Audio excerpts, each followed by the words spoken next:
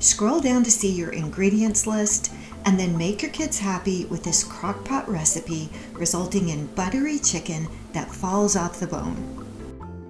All you need are chicken thighs. Be sure they have the bone for their flavor and nutrition. Gluten-free flour mix, preferably with no xanthan gum. See my video for how to mix up a flour mix if you need that. Then salt and pepper and butter. You can substitute olive oil for the butter.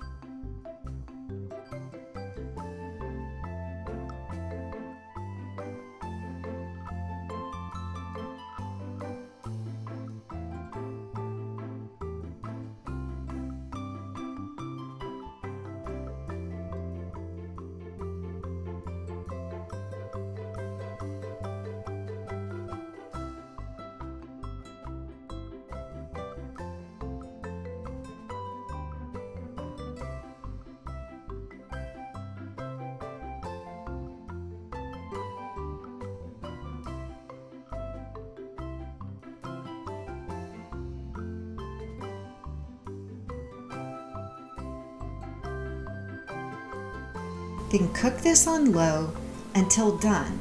Mine took about 7 hours, but crock pots are all different and low settings on slow cookers are not all equal.